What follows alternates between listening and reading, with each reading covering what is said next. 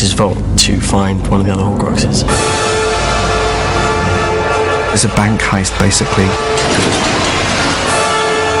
And there are a number of obstacles along the way. Including a big dragon. That doesn't sound good. We come back to Hogwarts to find another one of Voldemort's Horcruxes. There's something we need to find. Something hidden here in the castle. It's a fight against time because Voldemort's attacking the castle. They've got to try and find it before he gets in. Snape's taken over as headmaster, and it's not the Hogwarts that Harry used to leave Privet Drive and go to Hogwarts for Sanctuary.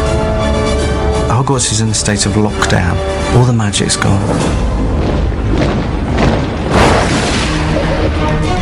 Voldemort is on the cusp of power. He feels incredibly strong, but then he discovers that Harry's been hunting Horcruxes.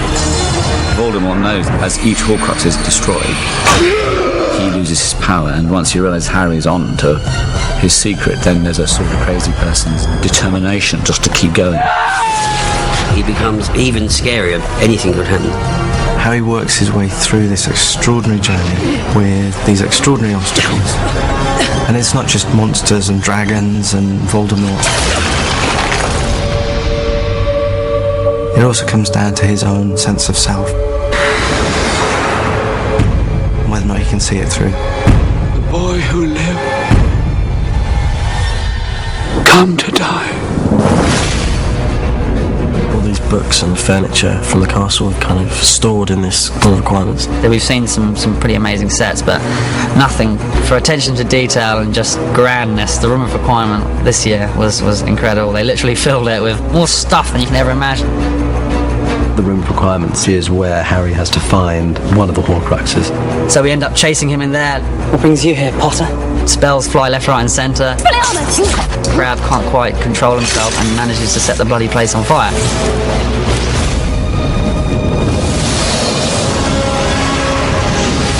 The whole place ignites with these fiend fire creatures who start to consume everything with fire. And Harry, Ron and Hermione have to escape. It's a mixture of special effects, and they also have these real flambeaux, and it certainly heats the room up pretty quickly. You certainly feel like you're on fire. Draco and the boys decide to climb rather than run. And that's the worst thing they could have done. We had to rig that so that all of the furniture was shaky and wobbly while they were climbing, but of course was completely safe. We just want to make some of it a bit more rickety, so as they're climbing up it moves a bit when they get their foot on it. Meanwhile, our trio find some brooms and go into the air. It was good to be back on the river, actually. It's a great action sequence. And we've got plenty of them in this film.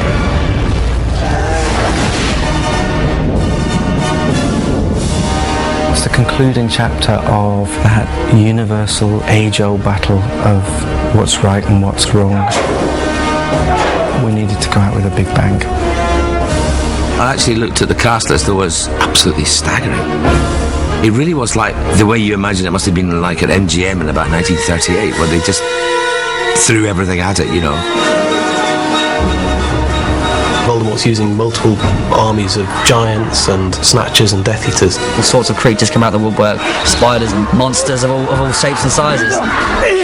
We arrive at Hogwarts, see it in all its grandeur, and then see it destroyed in battle. That's a really odd feeling, because I've seen it built and I've seen it knocked down.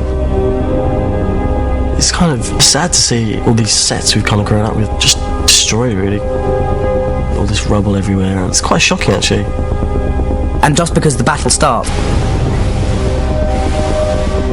doesn't mean the rest of the film stops. Because all the other characters and all the other relationships and all the other stories carry on in the battle. Hermione's just pretty heroic through the whole thing. She keeps a cool head in some difficult situations. Even Mrs. Weasley has her moment. Yes! And Neville's really just evolved so much over the years. Suddenly he was this reckless freedom fighter. Are you alright?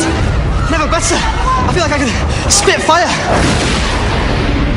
In the book, the standoff between Harry and Voldemort happens in the Great Hall. I just wanted more of a fight. We have them racing through the school and dueling with each other. Voldemort's just throwing everything at him. It's an assault on every aspect of Harry's magical powers. Dan and Rafe must be seriously fit by now, as we've spent 2 to 3 weeks on the marble staircase set. Mainly Dan, he's running up and down, as Rafe seems to be apparating above him and below him. I must have done more stairs in that scene than I have in my own home throughout my childhood. Oh, come on, Tom. Let's finish this the way we started. Your heart's gonna race. Together. It's a really very intense ending. There's so much at stake because we are very much invested with Dan, Rupert and Emma and so many of the other characters. This could be their last moment.